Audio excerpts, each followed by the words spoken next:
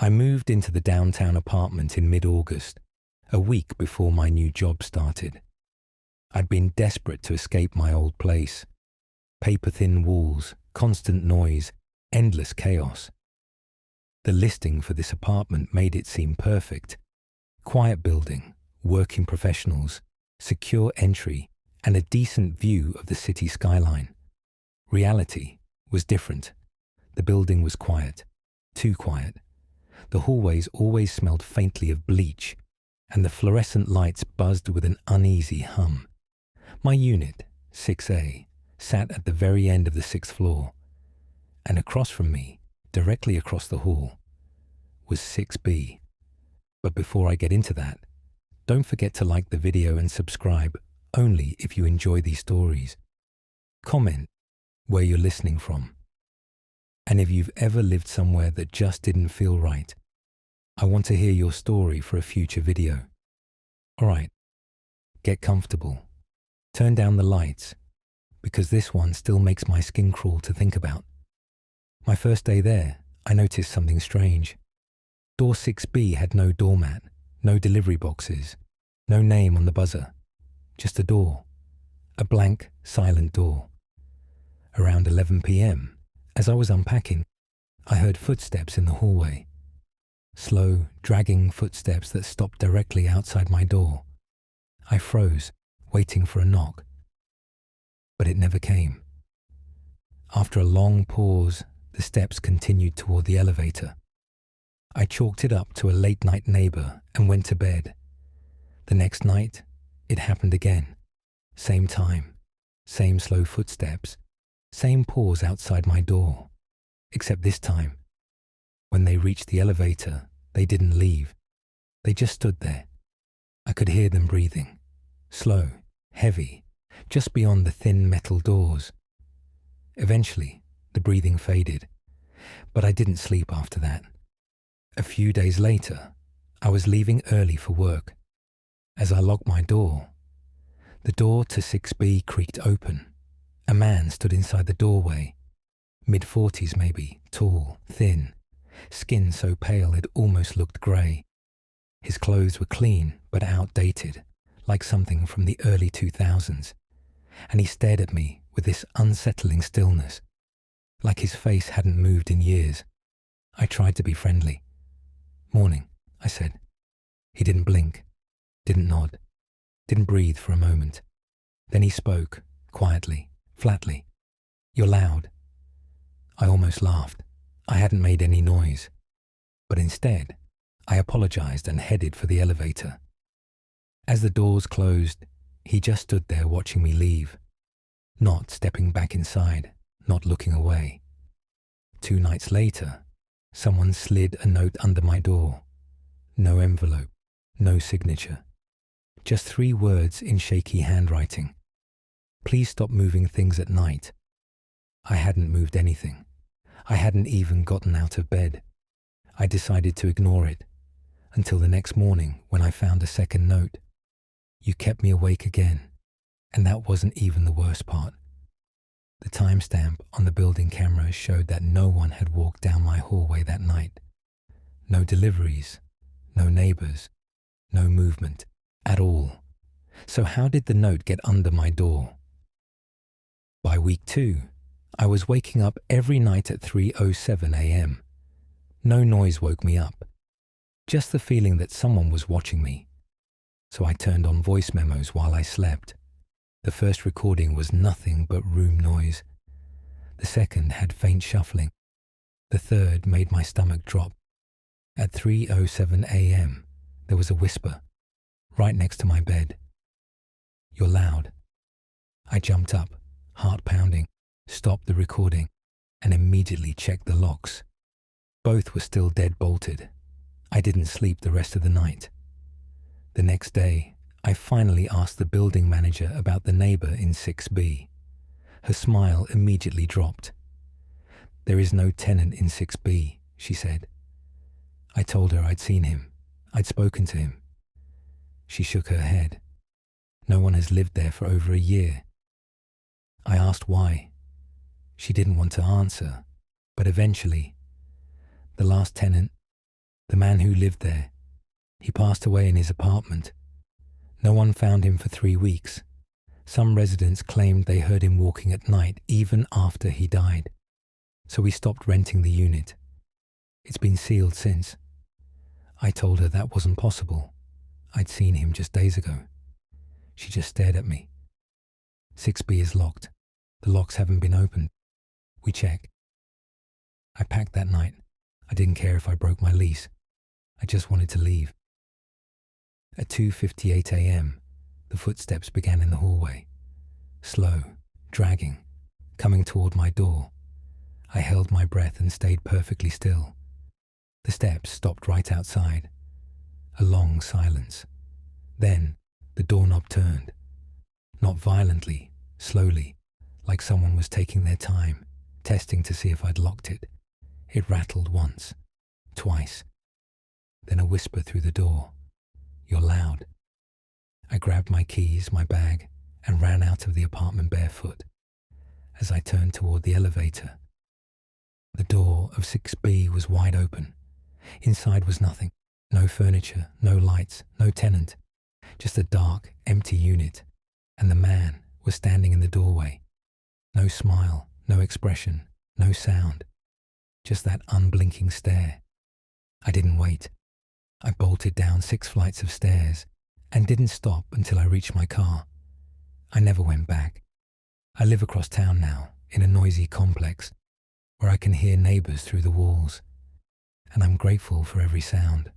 But sometimes, at 3:07 a.m., I still wake up. No noise, no footsteps. Just that same feeling of being watched. And last week, when I came home from work, there was a note on my doormat. No envelope, no signature. 3 words: "Please stop moving things at night." I froze in place because the handwriting was identical, and ever since I've been hearing footsteps in the hallway. Slow, dragging, getting closer.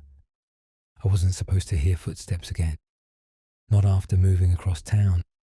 Not after switching jobs, changing numbers, cutting ties with anything that reminded me of that hallway outside apartment 6A. But trauma follows quietly, and sometimes it doesn't follow alone. The first sign was small, a note on my doormat. When I got home from work: "Please stop moving things." At night, same handwriting, same shaky ink. I tried to convince myself it was a coincidence, maybe a prank, maybe the landlord was strict. I threw it away. And that night, I slept with the TV on just to drown out the silence. 3:07 a.m. Again, I woke up at exactly 3:07 a.m. No alarm, no sound. Just that feeling. The one that hits deep in your spine before your brain even understands why. I sat up in bed slowly, listening. Nothing. No footsteps, no whispering, no tapping. For a moment, I thought maybe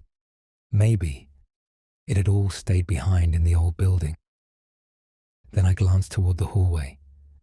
My front door was wide open, not cracked, wide open. And my keys were still hanging from the inside lock, swaying slightly. I didn't leave the bed until sunrise. The next morning, I didn't call the police. I didn't tell the landlord. I knew what they'd say. Wrong lock, faulty door, sleepwalking. So I bought a camera, a good one. Night mode, motion alerts, infrared. I pointed it toward the front door and slept on the couch, blanket up to my chin like a child trying to be invisible. At 3:07 a.m., the motion alert went off, but I didn't get up, didn't open the app, didn't move at all. I stared at the ceiling until the sun came up. When I finally checked the recording, the footage froze my blood. 2:59 a.m. Door closed. 3:01 a.m. Nothing. 3:05 a.m. Nothing. 3:07 a.m. Frame corruption. Not a blur, not static, just a black silhouette, tall, thin, blocking the entire lens for 2 full seconds. And then the door slowly eased open behind it. The camera didn't capture the figure leaving. It never triggered motion again. But when I paused the footage at the exact second the door opened, I saw something. Reflected in the metal doorknob. A face, pale, expressionless, unblinking. I unplugged the camera and threw it in the trash. A week later, someone knocked on my door. Not at night, midday, sunlight pouring through the windows. When I opened it, a woman stood there. Late 30s, tired eyes, hair in a messy bun. "You're the new guy in 307, right?" she asked. I nodded. She hesitated. Then, "Do you hear them at night too?" My stomach dropped. She continued. "The footsteps, the whispering, the tapping on the pipes. They come at 3:07 every night. I've called the landlord 100 times. They say no one's in the vacant unit upstairs, but someone is. Someone's walking around." A cold feeling rushed down my body. I asked, "What apartment is upstairs?" She swallowed, afraid of the answer even as she spoke it. 407. "But don't go up there, trust me. Nobody who does stays long." Before I could ask anything else, she walked away and shut her door. I didn't go upstairs. Not that day. That night, I sat awake on the couch again, blanket up to my face, just like before. 2:52 a.m. silence. 2:59 a.m. Heartbeat in my throat. 3:05 a.m. A faint vibration through the floor, like someone walking on the level above me. 3:07 a.m. 3 taps on the wall behind my head. I didn't move, didn't breathe. Then, incredibly slowly, someone whispered through the drywall, "You're loud." I shot up from the couch. I dragged a bookcase in front of the door. I turned on every light in the apartment. The footsteps continued upstairs for another hour, pacing, stopping, pacing again, like someone was waiting for me to slip up and make noise. And when morning came, I noticed something else, something far worse than the tapping or the whispering. A note had been slid under my door. Not 3 words this time. A sentence. "I liked you better in 6A. The pen dug so deep into the paper it ripped through. I couldn't take it anymore. I needed proof, or closure. Or maybe I just needed the nightmare to end in any way it could. I rode the elevator to the 4th floor around noon. Broad daylight. Door 407 looked untouched. No scratches, no dust, no sign of a tenant. My hands shook as I reached for the doorknob. Locked. I turned to leave, relief washing over me, when I heard footsteps from inside the apartment. Slow, deliberate, coming toward the door. I backed away and whispered, "Who's in there?" The footsteps stopped. Silence. Then, from the other side of the wood, a voice I recognized down to the last breath. "You're loud." Something grabbed the doorknob from the inside. The metal twisted so hard it screeched. I ran. I didn't wait for the elevator. I sprinted to the stairs, taking 4 levels in seconds. I don't remember unlocking my door or packing my car or driving away. I just remember not looking back through my rearview mirror. I should have, because the elevator doors were slowly opening on the lobby level, and something pale and still was standing inside. I'm writing this from my parents' house. They think I'm just stressed, overworked, maybe even having panic attacks. I don't tell them the truth. I don't mention 3:07 a.m. I don't mention the camera, or the notes, or the footsteps. I don't tell them that last night, in the reflection of their dining room window, I saw a shape standing behind me, smiling. I don't tell them that when I checked my phone this morning, there was a new note in the drafts folder of my notes app. Same handwriting. Stop moving things at night. I wasn't using my phone at 3:07 a.m., so whoever typed that was holding it.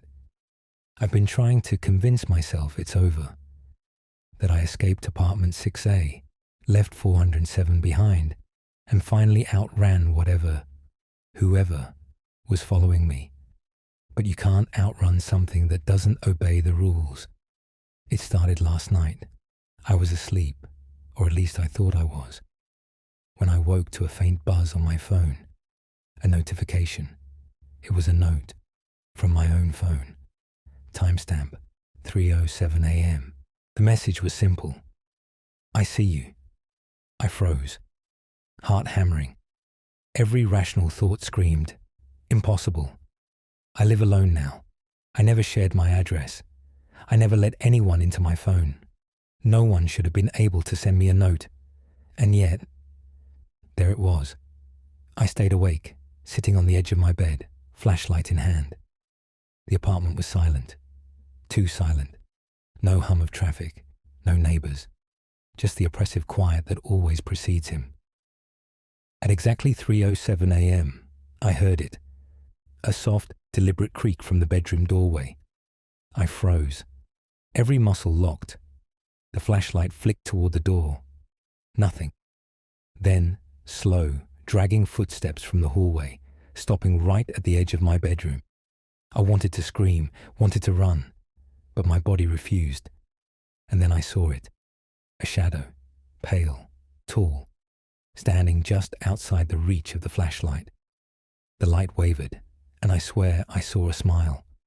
Not a friendly smile, not a human smile. A wide, knowing, frozen smile that sent every drop of blood in my body backward. And then it whispered, just above a breath, "You're awake." I grabbed my laptop. Anything to create distance. Anything to make light. The shadow flinched, just slightly, but didn't move away.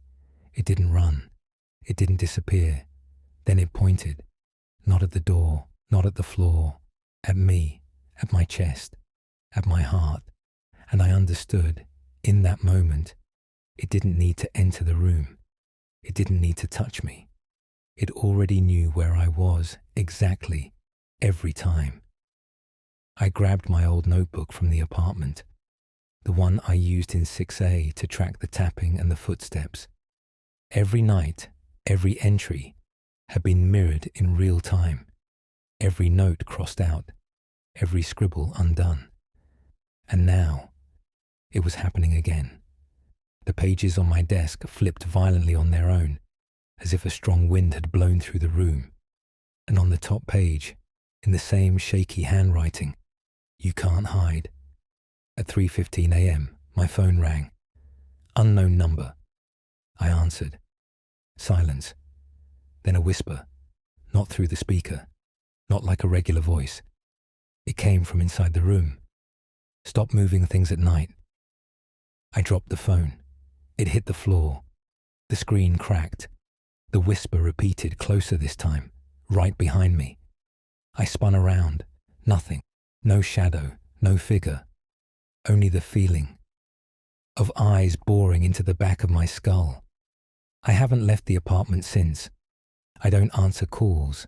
I don't check the mail. I don't open the door. I can't escape this. He doesn't just follow me to buildings, to cities, to apartments. He follows my life. He knows when I sleep. He knows when I wake. He knows where I am. And if he's patient, if he's smart, he can wait. 3:07 a.m. is always coming. Always. If you hear a tapping, if you hear slow, deliberate footsteps at night, if your phone lights up with messages you never sent, do not answer, do not move, do not make a sound, because he's not just outside. He's watching, and somehow he always knows. The door finally opened. I knew running wouldn't work anymore. New apartments, new locks, new cities. He always found me. So I did the one thing I swore I'd never do. I went back, not to 6A, not to 407, to the property records office. If the buildings wouldn't tell me the truth, maybe the paperwork would. The clerk looked bored, until I asked for tenant history for Unit 6B, Rarity 407. Her face changed instantly, like she'd heard those numbers before, like they meant something she didn't want to remember. She didn't argue. She didn't ask questions. She just printed a thick stack of papers and slid them across the counter. When I said thank you, she whispered, "Don't stay long." I didn't understand what she meant. Not until I opened the file. The records showed more than 70 tenants over 25 years, but none of them stayed longer than 8 months. And every move-out form ended the same way. Disturbances at night. One tenant filed a formal complaint. Someone lives across the hall, but the unit is vacant. Another. He knocks every night. Please relocate me. The strangest entry. He says I'm loud, but I don't make noise. I flipped to the oldest page. No name, no photo, just a single note in the maintenance log. Door opened on its own during inspection. Request to seal off unit denied. Then, just 2 words underneath. He's still here. I needed real answers. So I reached out to someone who studied hauntings, attachments, that kind of thing. Call him a paranormal expert, demonologist, whatever. He'd heard hundreds of stories like mine. But when I gave him the apartment numbers, 6B and 407, he went silent. "I know that case," he finally said. "He doesn't haunt buildings, he haunts people. He chooses one tenant at a time. He watches them until the routine is perfect, until he knows every breath, every sound. Then he convinces them they're causing the disturbance." I asked, "Why does he whisper, 'You're loud'?" The specialist closed his eyes, like he didn't want to speak the answer. "Because that's how he died." My blood ran cold. "He lived there?" I asked. "No," the specialist said. "He died there, but not in the unit, not even in the building." I felt my voice shaking. "Then where?" And the specialist whispered, "Behind the wall." I didn't want to go back. I didn't want to step foot anywhere near 6A or 6B or 407 or any cursed number tied to him. But I needed proof, answers, closure. I returned right after sunset, when normal people are settling in, not lurking in the hallways holding flashlights. The lobby felt dead. The air was heavy, suffocating. But when the elevator dinged, I froze, because I didn't press the button, and the doors opened anyway. Inside stood no one, but the floor number lit up automatically. I should have run, but something pulled me forward, not hypnotic, not supernatural, just the sick need to understand. The elevator climbed slowly, like it didn't want to reach the top either. When the doors opened, the hallway was dark, completely dark, except for one thing. The door of 407 stood wide open. No sound, no footsteps, just that yawning black doorway waiting for me. I raised my phone flashlight. Dust everywhere, cobwebs, like no one had lived there in decades. Then I saw the walls. The plaster was cracked open in long vertical lines, like someone had clawed or punched their way through from the inside. And written across the wall, dozens, maybe hundreds of times, in shaky handwriting, "You're loud, you're loud, you're loud, you're loud." Some lines faded, some fresh, some carved so deep the drywall was shredded. Then, at the bottom of the far wall, I saw it, a rectangular outline in the plaster, like the shape of a door, except too small, too low, a crawl space, or something worse. It was nailed shut, except for one loose nail. Something behind the wall shifted, and then, from inside that crawl space, I heard it. "You came back." The wall bulged, like something was pushing from the other side. A pale hand tore through the plaster, fingers first, then a wrist, then an arm, thin, impossibly long. I ran. I don't remember the stairs. I don't remember the car. I don't remember breathing until the highway. But I remember this. As I drove away, I looked into my rearview mirror, and someone was sitting in the back seat, smiling. I never made it home. I don't know how I got here. This isn't my house. This isn't my city. This isn't my car. But he is here. I hear him pacing the hallway of this place, wherever it is, right outside the room I'm hiding in. It's 3:02 a.m., 5 minutes left. He never rushes. He always waits. If you're listening, if you're watching, please remember this. If he chooses you, it's not the walls he comes through. It's your life. I didn't sleep last night, not because I was afraid, because I finally understood what he wanted. For months, I ran. For months, I tried to escape him. But he didn't follow me because he hated me. He followed me because I was the only one who noticed him. And last night, I realized something worse. If I stop noticing him, he'll find someone else, someone new, someone unprepared, someone who won't survive his attention. So this time, I didn't run. I sat on the bed, lights off, curtains open, and I waited for him. No recording, no phone, no witnesses, just him and me. 3:07 a.m. No tapping, no footsteps, just the sound of breathing, long and shallow, filling the room. And then I saw him.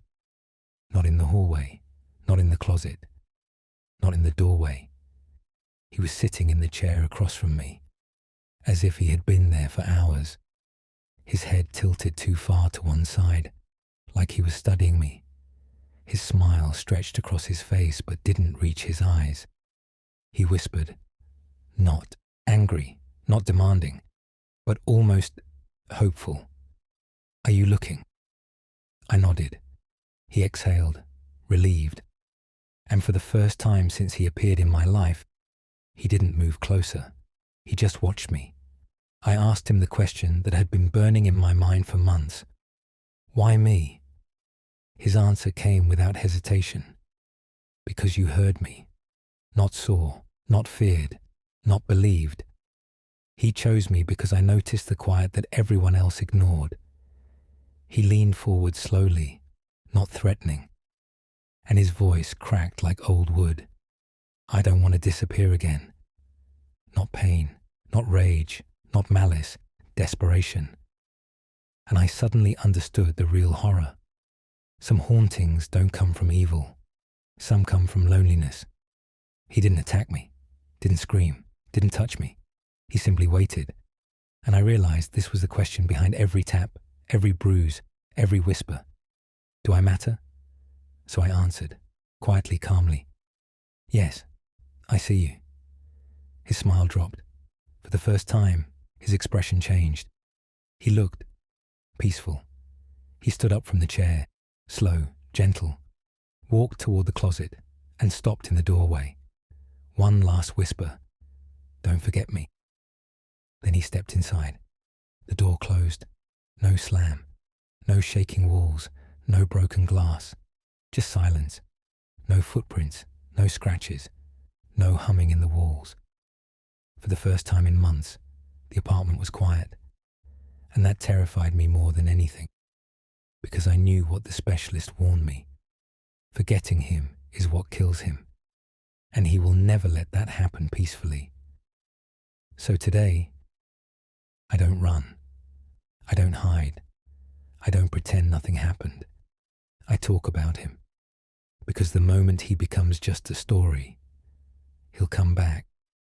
Why you're part of this. Now you think you're just listening to a story, but he never needed belief, only awareness. Every person who imagines him standing in a hallway, every person who listens for a faint tap at 3 a.m., every person who wonders whether something is watching them in the quiet, keeps him alive and keeps him away from me. And tonight, when your home settles, when the fridge hums, when the pipes shift, when you hear that one soft noise your brain can't identify, don't panic, don't hide, don't run. Just say out loud or in your head, "I hear you." He won't hurt you if he knows you noticed. He only gets violent when he thinks he's invisible. I don't know how long this peace will last. Days, months, years.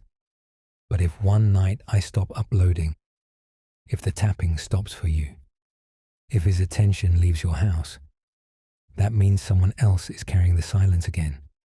And if that ever happens, listen very carefully at 3:07 a.m. If you hear nothing, not a tap, not a whisper, not a shift in the walls, that means he's standing right behind you. Not angry, not violent, just desperate. Waiting for the only thing he's ever wanted, for you to notice him. The day he finally spoke.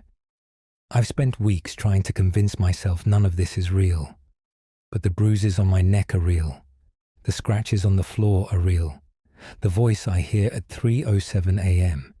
every night, no matter where I am, is real. And last night, he finally spoke clearly. Not whispers, not taps, not echoes behind a wall. Words, sentences. And I wish I'd never heard them. It doesn't matter where I move, city, state, building. The cycle repeats. Night 1, nothing. Night 2, faint noises. Night 3, tapping. Night 4, he's already inside.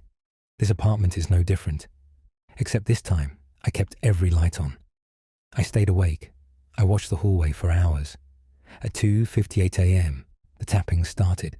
3 taps, pause, 2 taps, pause, 3 taps, like a code, like a signal. And then, the doorknob moved. Not violently, not aggressively, just a slow, testing twist. I didn't blink. I didn't move. I kept my eyes locked on the door. And then the voice came, low, raspy, like vocal cords that hadn't been used in decades. Why do you keep moving? I didn't answer. I couldn't. My body wouldn't react, like the fear itself froze every muscle.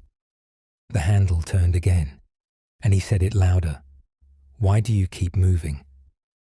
Then the knocks came, not on the door, but from inside the closet behind me. Someone, something, was knocking from inside the apartment. I don't remember standing up, just the sensation of my feet moving on their own. The tapping continued, steady, unhurried, deliberate, as if he wanted to be sure I was hearing every single strike. I raised my phone flashlight. The closet door pulsed with each knock, the wood bending slightly, like breath. I reached for the handle, and as my fingers touched it, the knocking stopped. The silence was worse. And then, from the other side of the door, inches from my ear, he whispered, I know you're quiet. A cold hand pushed the door from the inside, just enough for the gap to open, and I slammed it shut with every bit of strength I had. The house shook. My ears rang. Then everything went still, too still, and the voice behind the door changed tone, almost hurt. You're loud now. After the closet went silent, I checked my phone. It had been recording the whole time. I must have pressed record without realizing. But the audio wasn't just capturing my room. There was another voice overlapping mine, seconds delayed, repeating everything I said, word for word, breath for breath, like an echo that wasn't mine. Me. Who's there? Echo voice. Who's there? Me. What do you want? Echo voice. What do you want? The recording continued through the knocking. No matter how faint I whispered, his echo overlapped mine, until the moment before the closet door moved. My voice didn't speak, but the echo did, clearly and with intention. I'm tired of walls. Then, let me stay. Don't make me leave again. Then the last thing, the thing that made me drop the phone, the echo, said my full name. I never said it out loud that night. No one could have. But something did. I called the specialist, the one from part 4, and played the audio. He didn't breathe for a long time. Then he said, he's getting stronger. I asked. Stronger how? And he gave me the answer I fear most. He feeds on attention, observation, memory. Every time someone listens to your story, every time someone imagines him tapping their walls, he grows. I asked him what the thing is. Ghost, demon, spirit, hallucination. He interrupted me. He was a person. Once. Not murdered, not buried alive. He lived too quietly. No one remembered he existed. So now he refuses to be forgotten. It wasn't death that created him. It was silence. He doesn't want to kill you, the specialist said. He wants you to hear him. Always. The specialist warned me. If you stop talking about him, he'll scream. If you leave him, he'll follow. If you ignore him, he'll make you loud. I didn't understand, but I do now. Because last night, when I sat perfectly still, perfectly silent, refusing to acknowledge the tapping, he lost his patience. He didn't wait until 3:07. He didn't stay in the closet. He didn't whisper. He stood at the foot of my bed and screamed, "Look at me!" Every light exploded. The windows shattered. The floorboards cracked. He doesn't want to hurt me. He wants me to notice him. Because the moment I forget he exists, he stops existing, and he will destroy anything that threatens that. You watching right now, you listening, you imagining the tapping on your walls, you wondering if you heard a voice last night. That's what keeps him away from me. Every person who thinks about him takes a little of his attention from me. He doesn't need to be seen. He just needs to be remembered. So if you felt a chill while listening, if you started noticing quiet noises at night, if you think you heard something in your hallway yesterday, don't ignore it. Don't pretend it's nothing. Because he only gets violent when he thinks he's being forgotten. And if he's tapping your window tonight, it means I'm finally safe. Means I'm finally safe. Means I'm finally safe. Means I'm finally safe.